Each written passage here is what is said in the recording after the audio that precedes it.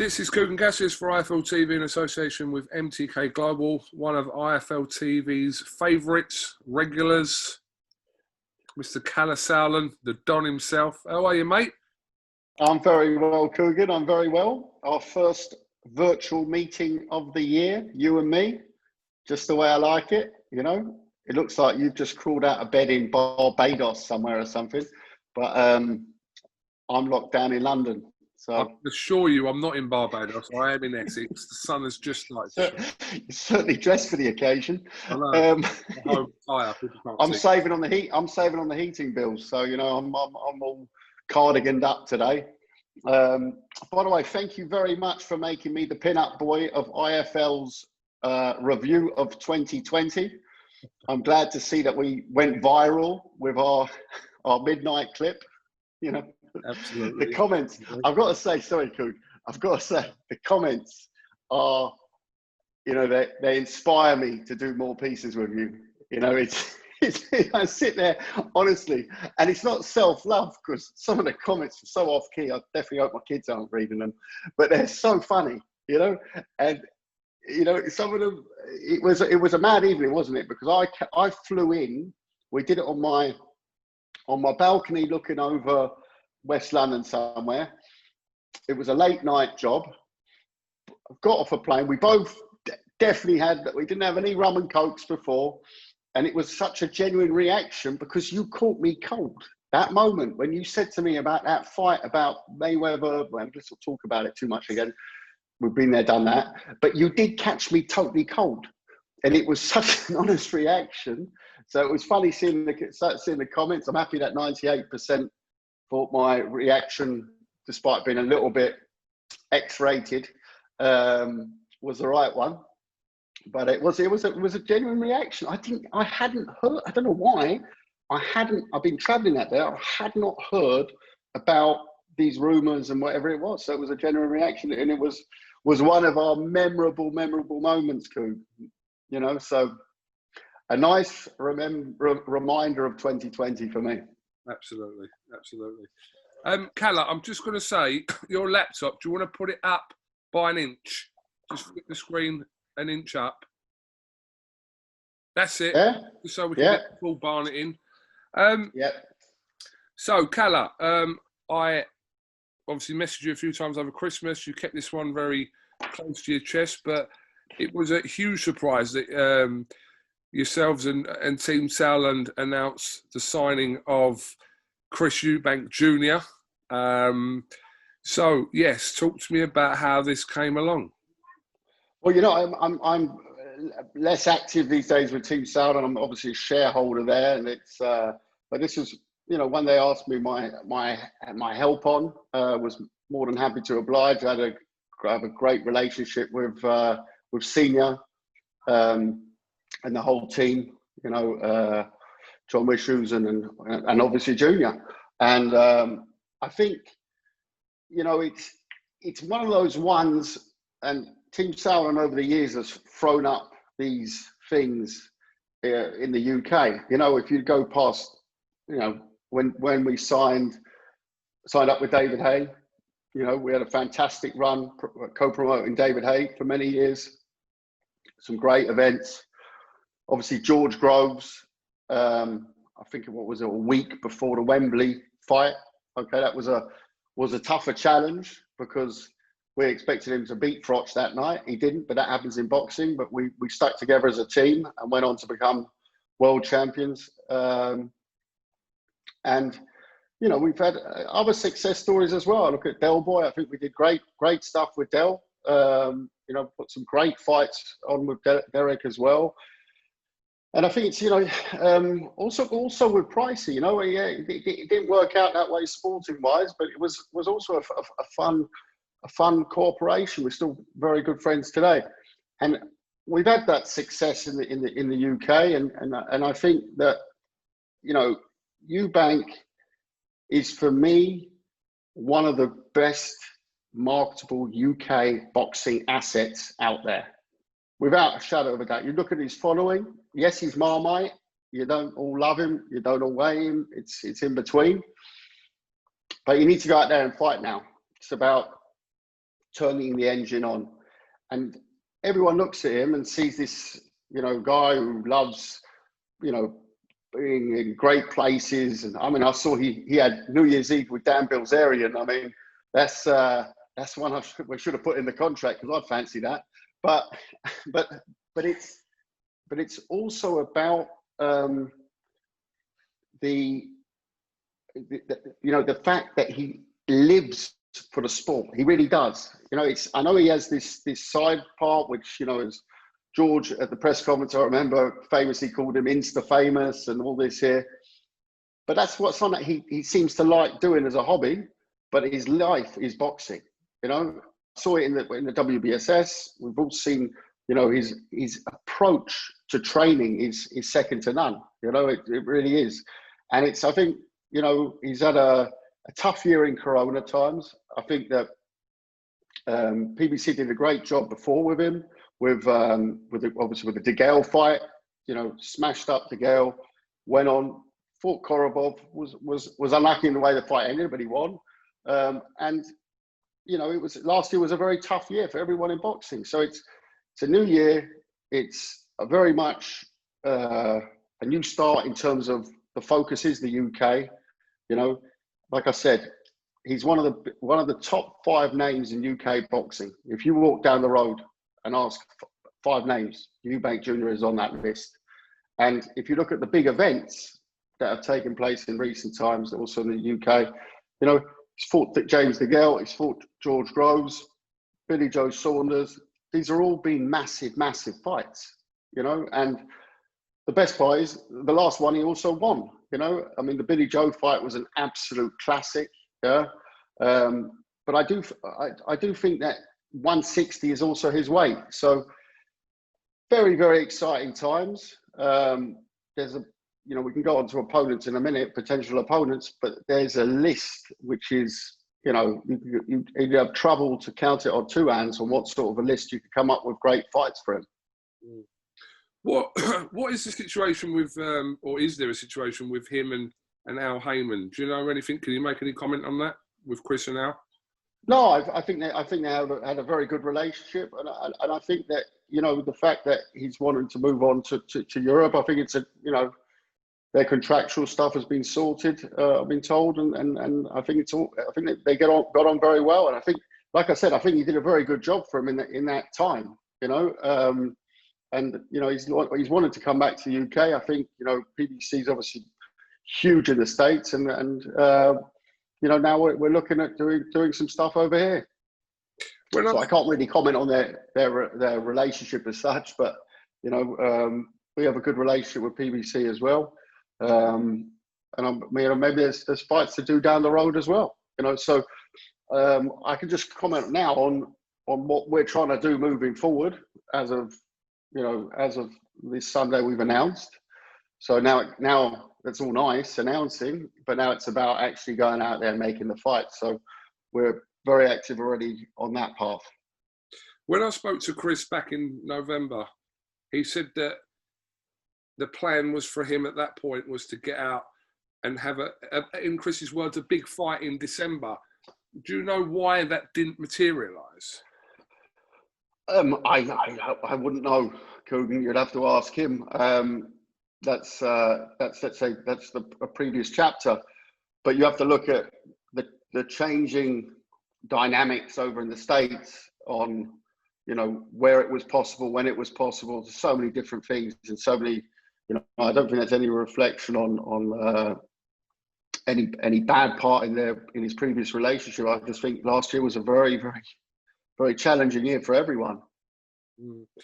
How instrumental has Senior, Chris's dad, been in the negotiations for this move to Senior, first of all, Senior is always instrumental. Of course, of course. You know, Senior is Senior.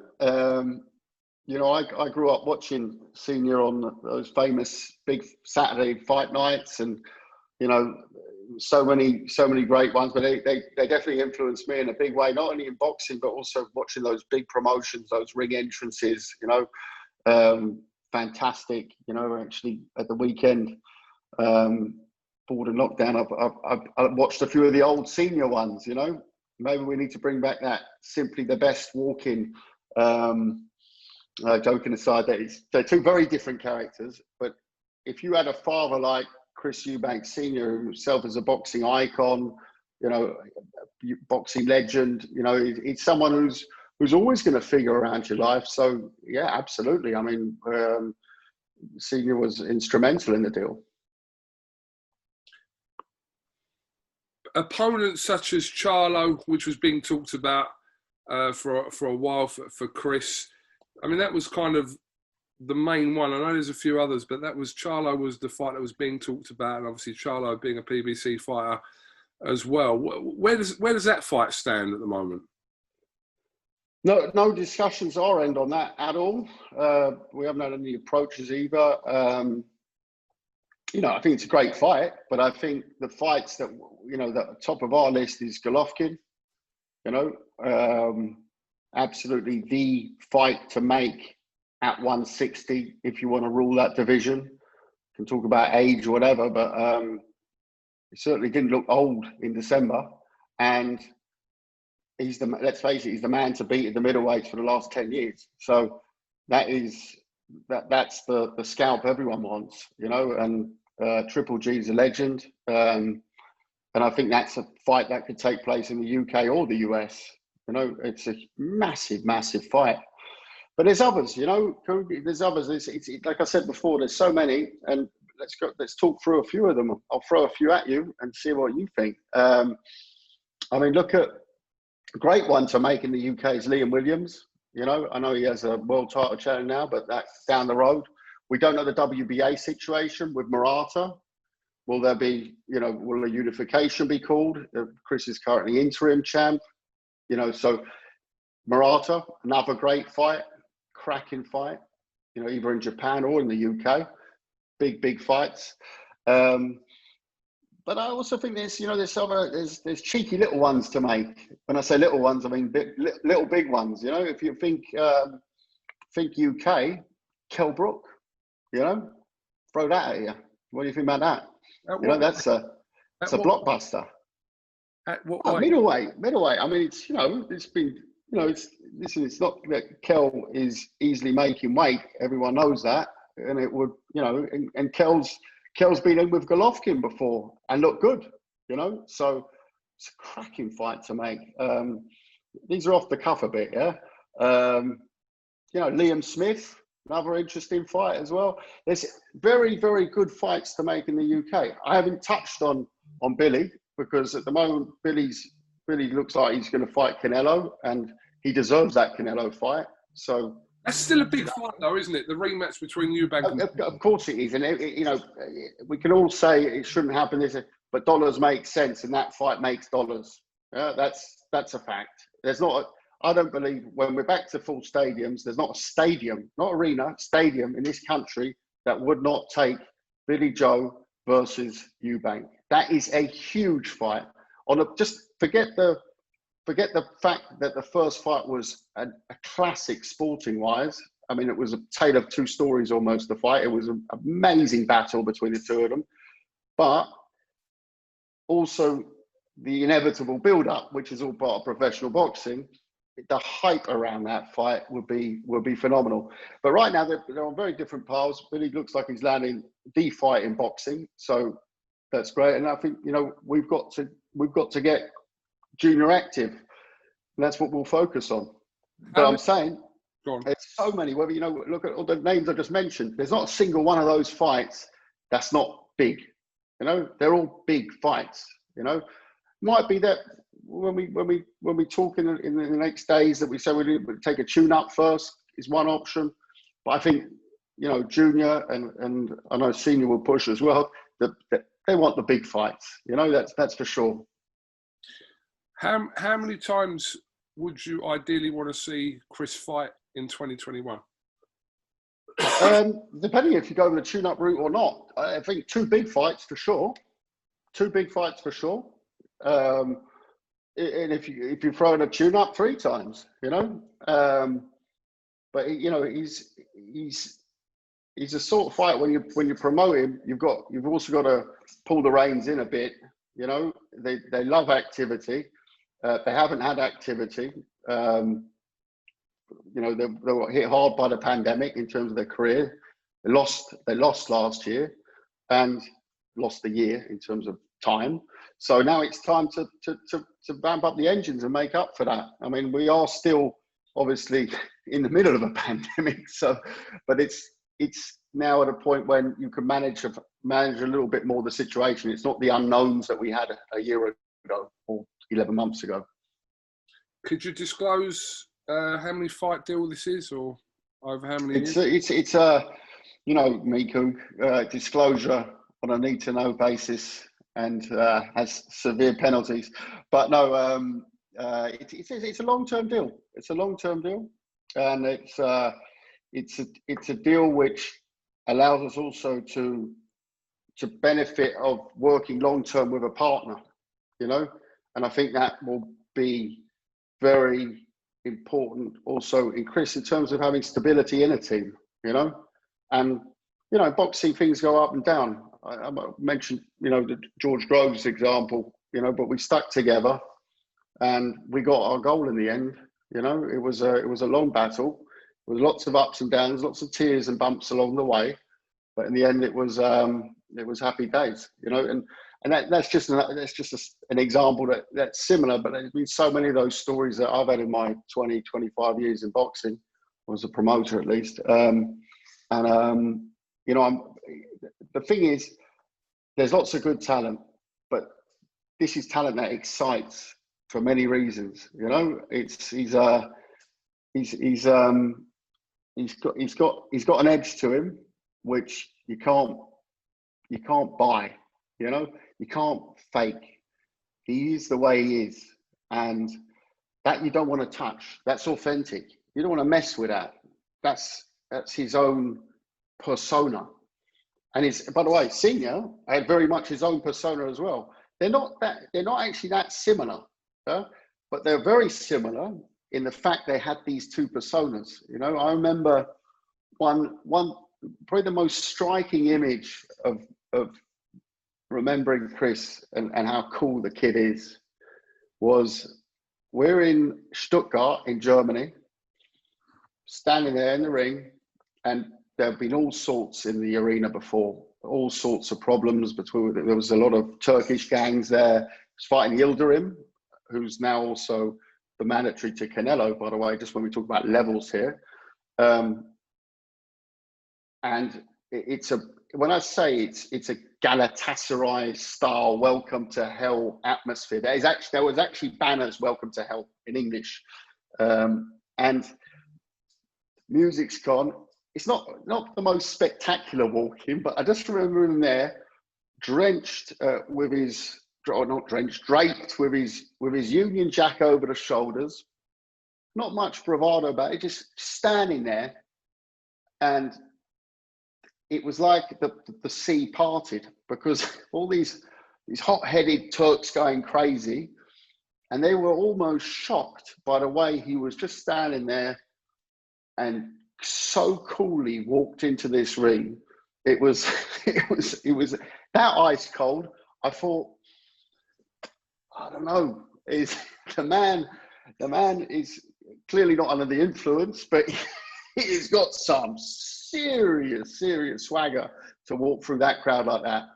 I mean, it was, you know, we had tons of security, but it wasn't even that. It was more like he was the one parting the way. If you watch the walking, it's incredible. But having been there that night, it was such a ferocious atmosphere. The way he walked in, the way he got in the ring, and did a job on him, which was, you know, was showreel. You know, it was showreel stuff. And then you see him, he doesn't lift his arms when he wins, he just stands there. He does the old, you know, that of course has a touch of Senior. There you can see that the apple hasn't fallen far from the stem, but there is a different, he's got a different type of edge to him, you know, and that's something that is gold dust in terms of promotions, because that's something that infuriates people or they love it. And either doesn't really matter. Bring on the love, but bring on the hate as well. Don't matter. It's about watching. You know, it's about people you want to watch, and people want to watch him. And you've seen it time and time again on the numbers he delivers. Absolutely fantastic. Is he going to still base himself in the US? Is he going to return home? What's the plan? Cool. It's early days in our working partnership, so you know I know you're speaking to him as well. So you ask him that. At the end of the day, I need him to turn up for media events and for a show. Of course, I want to make sure he's prepared in the best possible way. But that's the sort of boxer thing. I mean, there's a lot of fighters who train in other countries and fly over. You know, but you know, Junior's got his certain way. I know he's been very happy working with Roy Jones Jr. Will he continue to work with Roy? Say again? Will he continue to work with Roy? I have no idea. I mean, I assume so. I don't know any reason why he wouldn't. But I don't know how they're going to set up their training operation yet. That's sort of the fighters thing to do. We're there for advice, of course, but that's down to them. When do you anticipate him fighting? Like what month? And will it be in the UK? I think hopefully late March, April. Probably more likely April now with the 6 week sort of lockdown that boxing has done here, which shoves everything as a calendar wise forward. So we've started our discussions, a long time ago already. So we're I think realistically though April is a good shout. And once again, depends a little bit on the route we go with tune-ups and with bigger fights. As I said, so many big fights for him to make this year. We need more than 12 months in the year, but he's at his prime, he's at his peak, and then it's now. You've outlined Golovkin as kind of the major target out of all those names. Have you spoken? But Coke has to be. You couldn't disagree with something. The major target can't be Charlo. With all due respect, I mean Charlo's a great champ, but he's not Golovkin. Golovkin has ruled that roost for 10 years. Yeah. So if you're going to say who do you want the biggest. You want the biggest. Before all the shit happened and whatever, he just beat James DeGale, who was also one of the champs to beat at 168. So he's gone from that, and then he's obviously had this terrible year last year, which so many people have had. There's no blame on him there. But now it's time to build straight off that part. It's the next chapter. It's the 160 middleweight chapter. My question to that was, have you spoken to Tom Loeffler about the possibility of this for this year? Has there been any conversations? No. We have a great relationship with Tom Loeffler, though. And I've known Gennady since he was training in Germany. He's one of the nicest men you'll meet in boxing. So, that's something that, listen, Golovkin himself called out Eubank Jr. after the fight in December. So he called out, I think Eubank and one other opponent, and those he said were his wish fights. So listen, we're not saying, oh, we're delighted to be on the list. We should. Eubank Jr. is on that list for a reason.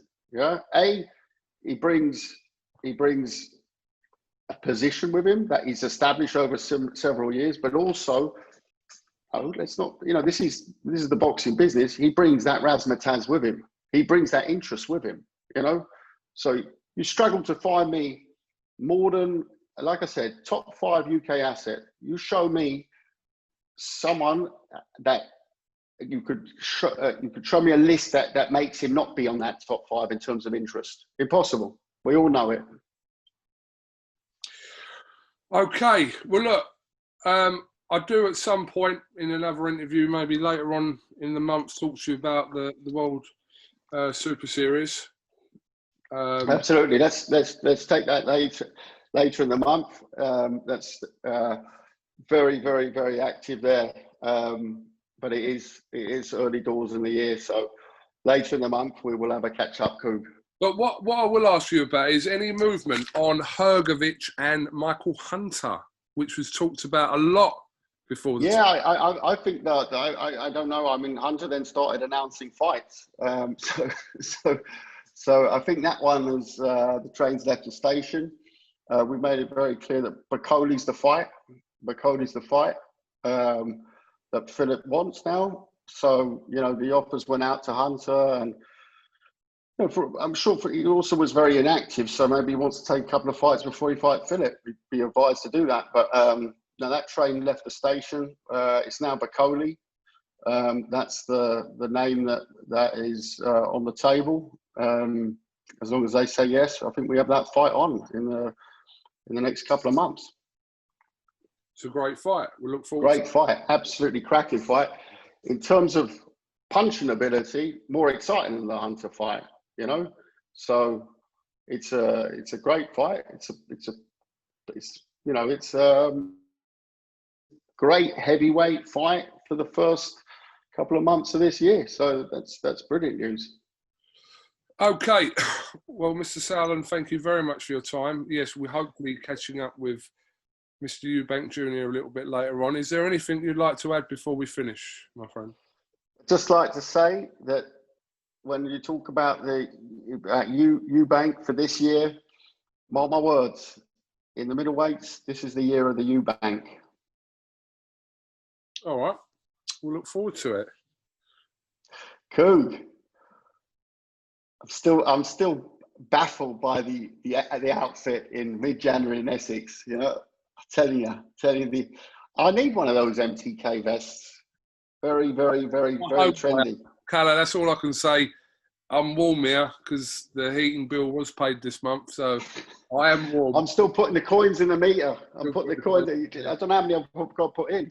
This is my home attire, so it is what it is. Kalle, thank you to catch up, yeah, we'll have another catch up towards the end of the month, and we'll talk about. Absolutely. Hang on. Big year for the WBSS as well. Massive year, massive year. So looking forward to that, and stay tuned. Thank you very much.